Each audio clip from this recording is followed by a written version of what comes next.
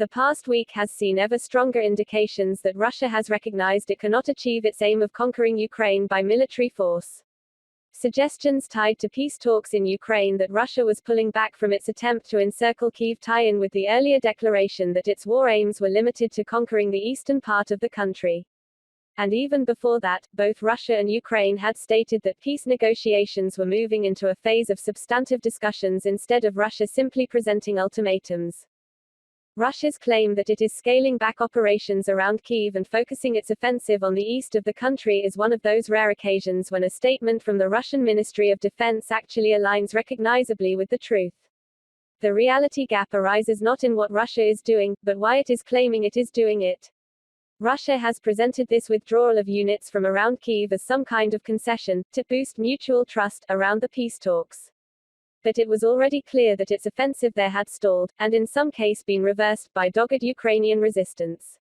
The pivot to operations in the east and the rotation out of battered Russian units from Ukraine's northern flank is a recognition by Moscow that, as many military analysts had predicted before the current conflict, it simply does not have the deployable forces it would need to conquer all of Ukraine along multiple axes of advance.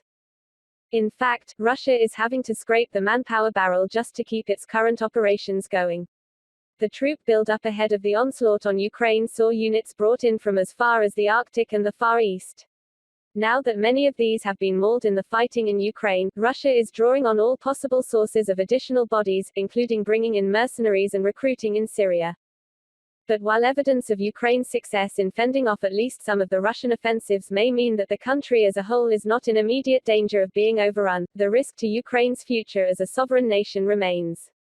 Russia has a long track record of starting wars disastrously, but then succeeding in throwing sufficient manpower and material into the conflict to grind down its opponents through sheer mass. The danger is that Russia can continue a war of attrition, regardless of the cost in casualties among poorly trained troops or the damage done to Russia's own economy, longer than Ukraine can maintain the interest and support of the West. And in the meantime, Russia will continue to engineer humanitarian disasters in order to put pressure on Ukraine's president, Volodymyr Zelensky, to make concessions in order to end the fighting. The capital itself will continue to be under threat. Suspending attempts to push forward and seize more territory around Kyiv does not mean that Russia will cease mounting long-range missile and artillery strikes on Ukrainian towns and cities from those areas it does already control.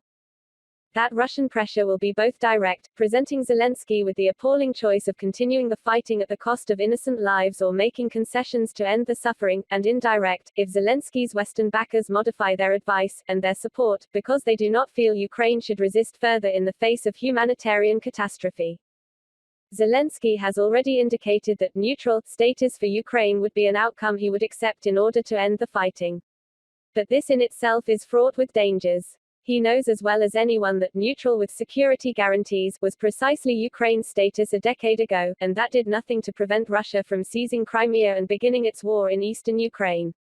So, in order to be meaningful at all, the same words would have to conceal a radically different international status and set of foreign backers for Ukraine than in 2014. And there is always the danger that a temporary ceasefire, encouraged by a conflict-averse West, may evolve into a permanent division of the country, cementing Russian territorial gains. Optimism for resistance to occupation by the Ukrainian population in those areas controlled by Russia, and those it still could conquer in its eastern offensive, conceals a grim reality. The sad fact is that Moscow has a very high success rate in crushing resistance movements and insurgencies, largely through the application of unlimited barbarism against the civil population that sustains them. So if Russia does decide to occupy territory it already holds, the only thing likely to dislodge it is further and much more substantial Ukrainian military offensives, which may not be within the scope of possibilities for Kyiv. In the end, much depends on what Russia itself will define as victory. It has already reinvented its original war aims because it failed to achieve them. The expectation that Ukrainians were just frustrated Russians awaiting liberation from an imaginary neo-Nazi gang that had seized power in Kyiv was torpedoed by its first encounter with reality on the ground in Ukraine. Far from the whole country falling swiftly into Russia's hands, Moscow must fight for every inch of Ukrainian territory. So whatever victory it may eventually claim, it is unlikely to look anything like what Russia thought it was setting out to do in the first place. but that matters little when it has established such control over public opinion at home that much of its population think it is waging a defensive war. In effect, a Russian declaration of success does not in any way depend on the reality of the war's outcome. The longer-term problem is that if Vladimir Putin comes away from this war convincing himself that Russia has achieved anything other than substantial defeat, there is nothing to deter him from continuing his plans for wars of conquest to reassert Moscow's control over the territories and peoples he claims are independent by mistake. Russia may need time to rebuild its military and reorient its economy for the new sanctions regime, but the only thing that will change Putin's ambition is clear and unarguable failure that cannot be explained away through the sleight of hand of redefining what Russia wanted from the war. Now, just as at the outset of the war, the West has the responsibility of assisting Ukraine in bringing about that failure.